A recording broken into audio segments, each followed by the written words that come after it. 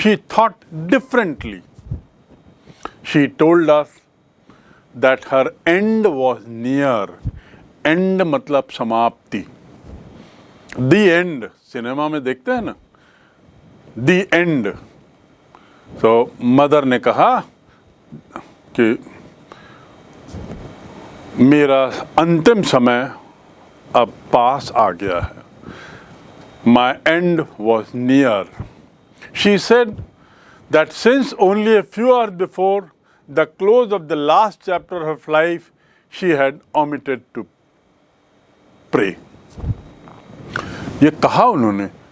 She said that since only a few hours before the close of the last chapter of life, अपने जीवन के अंतिम अध्याय की समाप्ति के कुछ घंटे पहले ही उन्होंने आज पहली बार प्रेयर नहीं की है. She has omitted.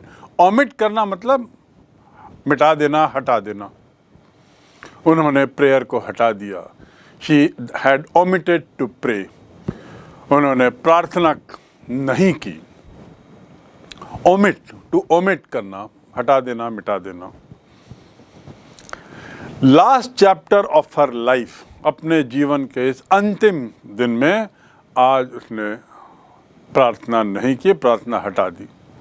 She was not going to waste any more time talking to us. उन्होंने कहा देखो भाई, मैंने आज अपने जीवन के आखिरी दिन प्रार्थना भी नहीं की, प्रार्थना को भी हटा दिया, क्योंकि मैं बोलना नहीं चाहती, बुदबुदाना नहीं चाहती, और इसीलिए अपना समय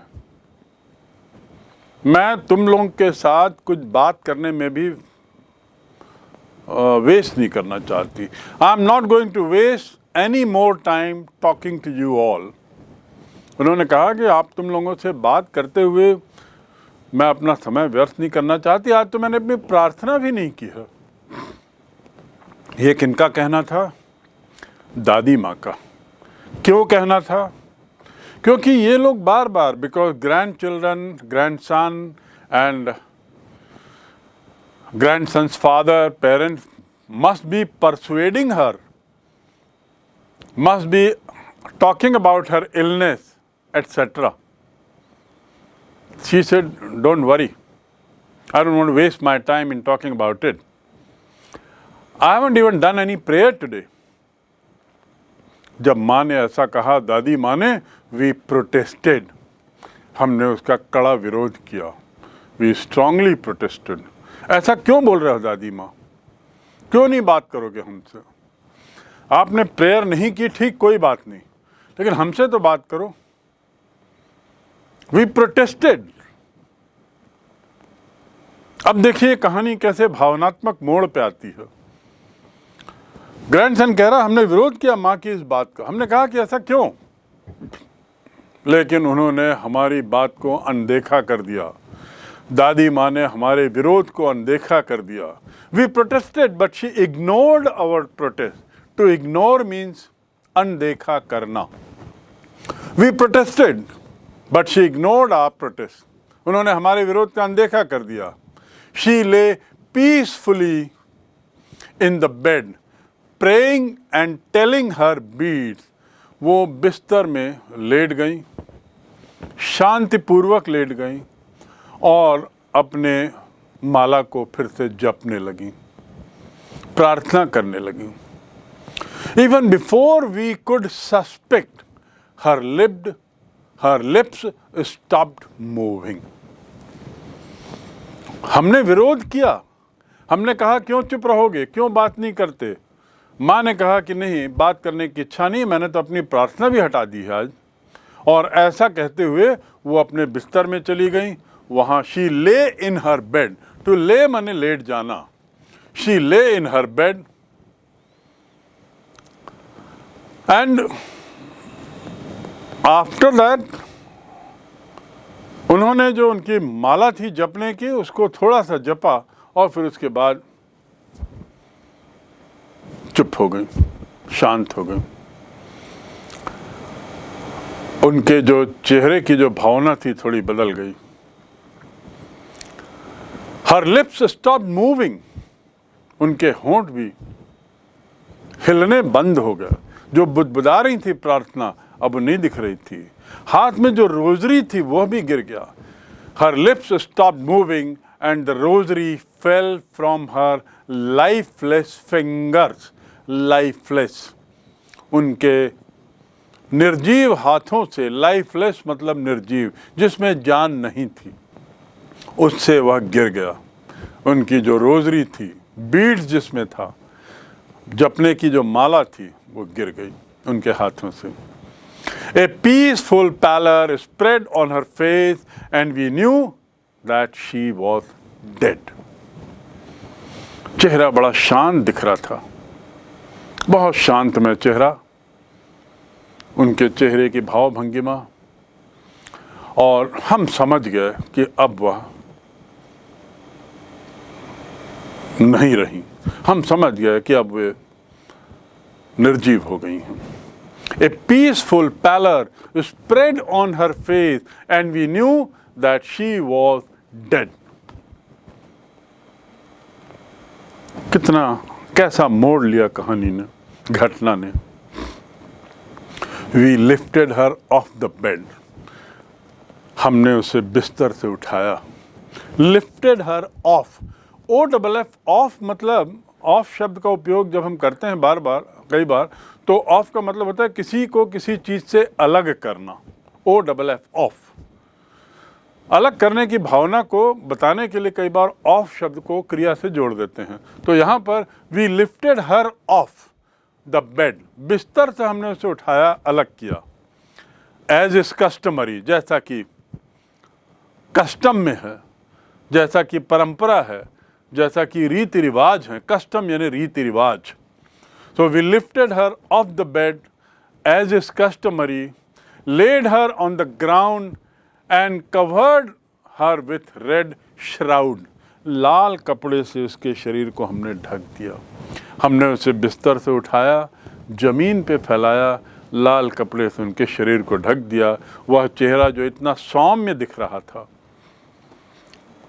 We lifted her off the bed as is customary, laid her on the bed, on the ground and covered her with red shroud. Shroud माने कपड़ा। After a few hours of mourning, we left her alone.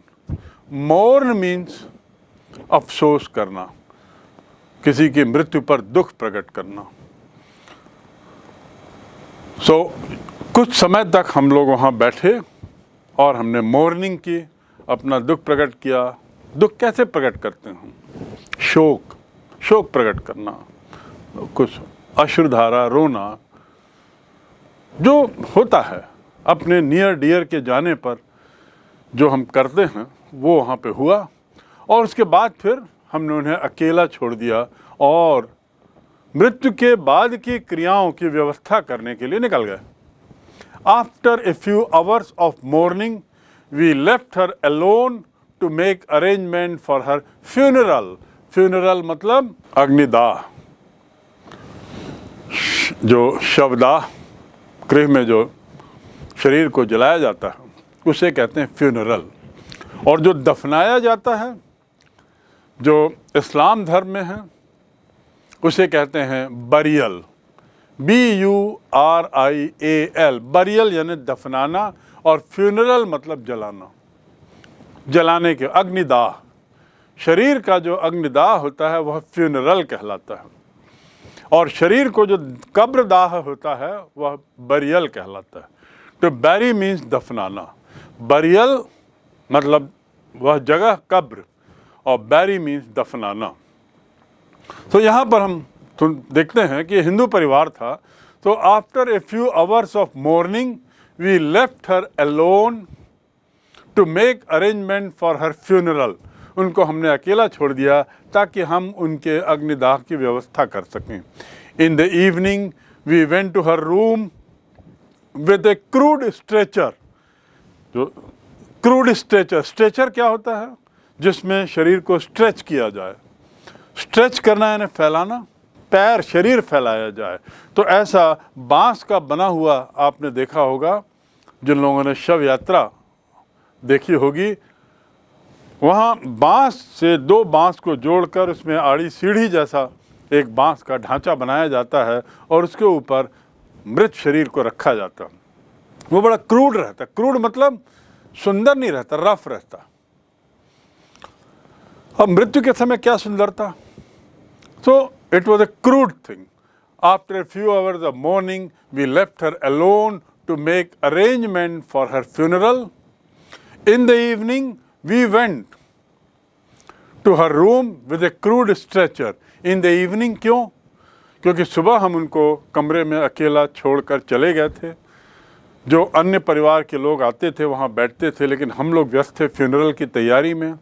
शाम को, इन the evening, शाम को हम उनके कमरे में गए और उनको एक क्रूड स्ट्रेचर में, सनसेट के पहले होता है ये, क्रूड स्ट्रेचर में उनके शरीर को रखा, टू बी क्रीमेटेड।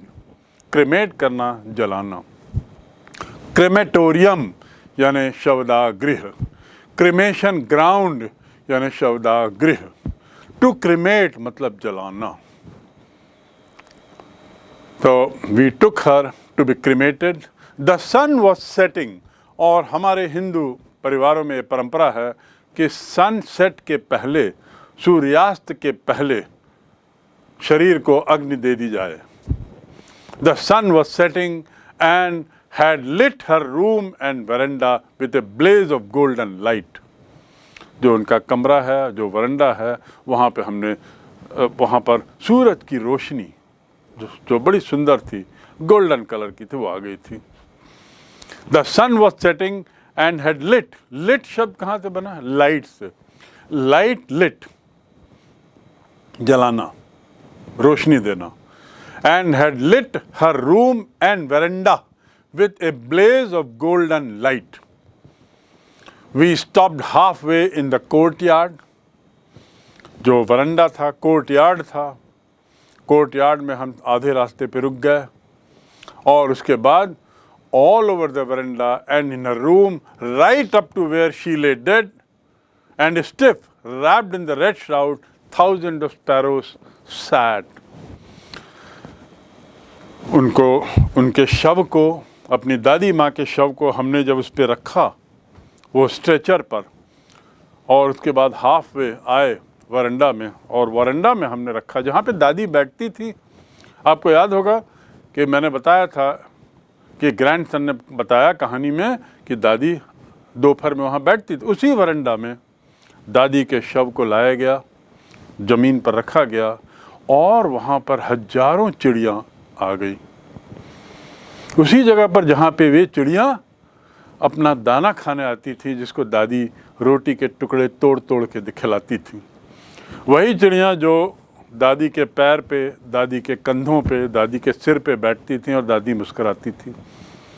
वही जगह जहाँ पे अपने अंतिम दिनों में दादी कभी कभी झड़क देती थी इन चिड़ियों को, इनकी चिल्लाहट को। All over the veranda and in her room, right up to where she lay dead. जहाँ वो लेटी हुई थी वहाँ तक, right up to the room where she lay dead.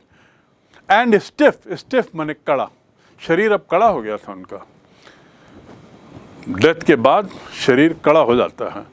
She lay dead and stiff, wrapped in the red shroud. WRAP, wrap मतलब ढकना। तो हर body was wrapped in a red shroud, लाल कपड़े से ढका हुआ जो रखी हुई थी। वहाँ पर thousands of sparrows sat scattered on the floor. To scatter मैंने फैला देना, फैल जाना, फैला देना। तो ये जो चिड़िया थी वो सब फैली हुई वहाँ पर, हजारों चिड़िया वहाँ बैठी हुई थी। Scattered on the floor, there was no chirping. लेकिन अंतर ये था कि इस बार चिड़िया चहचहा नहीं रही थी, आवाज़ नहीं कर रही थी, सब चिड़िया चुप थी। We felt sorry for the birds. चिड़ियों के लिए हमें बड़ा अफसोस हुआ। And my mother fetched some bread for them. और मेरी माँ, जब उन्होंने ये देखा तो वो अंदर गई और उन्होंने कुछ ब्रेड लाई इन चिड़ियों को देने के लिए। टू फेच मतलब मैंने पहले भी बताया था, to go and bring. We felt sorry for the birds, हमको बहुत दया आई इन चिड़ियों पर, बड़ा अफसोस हुआ इन चिड़ियों को देखकर, क्योंकि शायद वो इस उम्मीद में आई थी कि दादी माँ आई हैं, वो खिलाएंगी। लेकिन दादी माँ तो बिल्कुल स्टिफ बॉडी डेड पड़ी हुई थी उसके ऊपर, स्ट्रेचर के ऊपर, लाल कपड़े से उनका शरीर ढका हुआ था, कैसे खिलाती? चिड़िया कैसे समझती है बात को? ऐसा सोचते हुए मेरी माँ गई अंदर, उन्होंने रोटी के टुकड़े लाए और उसके टुकड़ों को उसको फेंका। CRUMB, क्रम मीन्स टुकड़ा, bits. She broke it into little crumbs, ऐसा मैश कर देना, हाथ से ऐसा जो क्रम्ब कर देते हैं। She broke them into little crumbs the way my grandmother used to and threw it to them, और उसने उसको फेंका। और the sparrows took no notice of the bread, और ये जो चिड़िया थी, ये जो गरैया थी, इन्होंने ब्रेड की ओर ध्यान ही नहीं दिया, ब्रेड की ओर देखा भी नहीं। They took no notice of the bread, उन्होंने ब्रेड को देखा भी नहीं, ब्रेड की ओर ध्यान भी नहीं दिया। टू टेक नोटिस ऑफ, ध्यान देना, देखना। So my mother, who had brought the breads, crumbed them, threw them away for the birds. The bird refused to take notice of it. They did not bother to see them. When we carried my grandmother's corpse off, CORPSE, corp mane mrit sharir. When the grandmother's corpse was taken off, we carried it off, हम जब उसे ढोने लगे, to carry, जब उसे ले जाने लगे, these birds flew away quietly. What a scene! ये जो चिड़ियाँ थीं, मेरे द्वारा, हम लोगों के द्वारा शरीर को, मृत शरीर को स्ट्रेचर में उठाया गया, उसके बाद ये चिड़ियाँ, जिन्होंने ब्रेड को की ओर ध्यान भी नहीं दिया, वे उड़ चली गई, शांत चुपचाप। दे फ्लू अवे क्वाइटली, दूर उड़ गई। Next morning the sweeper swept the bread crumbs into the dustbin, और जो ब्रेड के क्रम्स, ब्रेड के टुकड़े जो मेरी माँ ने ये सोच कर फेंका था चिड़ियों के लिए कि चिड़िया शायद खाने आई हैं, लेकिन चिड़ियों ने ध्यान नहीं दिया, देखा ही नहीं उस ओर, उस क्रम्स को अगले दिन सुबह स्वीपर आता है, उस क्रम्स को इकट्ठा करता है और डस्टबिन में डाल देता है। When we carried grandmother's corpse off, they flew away quietly. Next morning, the sweeper swept the bread crumbs into the dustbin. And with this beautiful story comes to an end.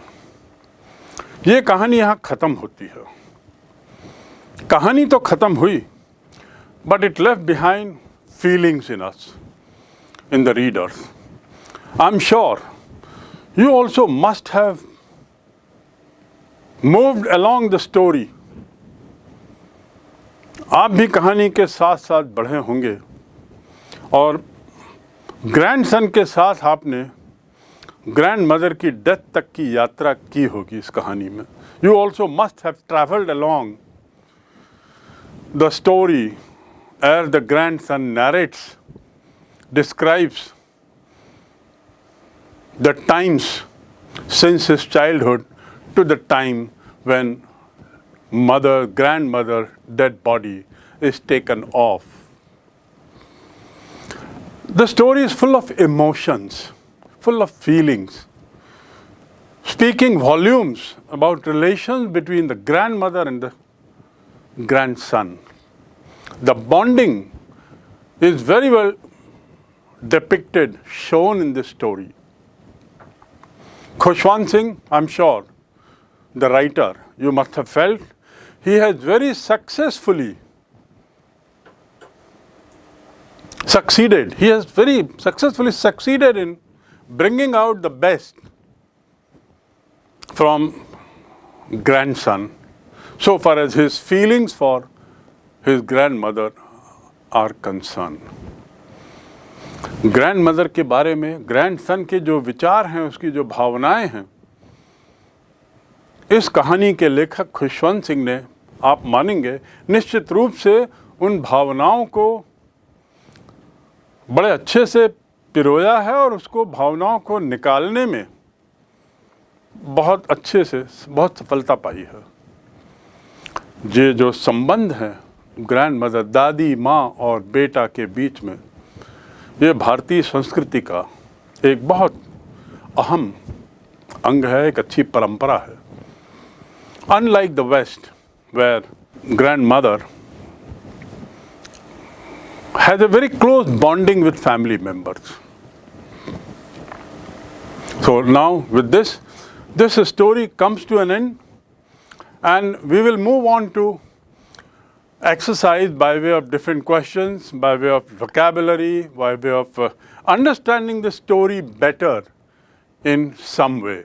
Some features of the story you must understand, or rather let me tell you right now कि इस कहानी की जो विशेषता, कुछ आपने जो पूरी कहानी सुनी, इसमें आपने देखा होगा मुख्य रूप से दो ही पात्र हैं. There are only two main characters in the entire story, the grandmother and the grandson. That's all. These two characters are there right from beginning to end, number one. There is no third character.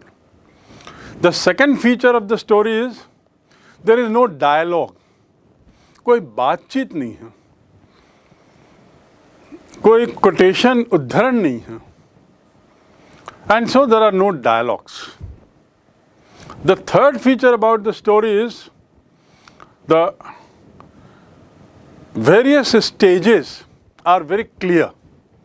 Stage of childhood, stage when he starts going to school, come to the city, the stage when he starts going to school in the city, stage when the grandson goes to university, and last stage when he comes back, and that day scene, जो अंतिम दिन है जब वो वापस आता है और उस दिन की घटना का विवरण.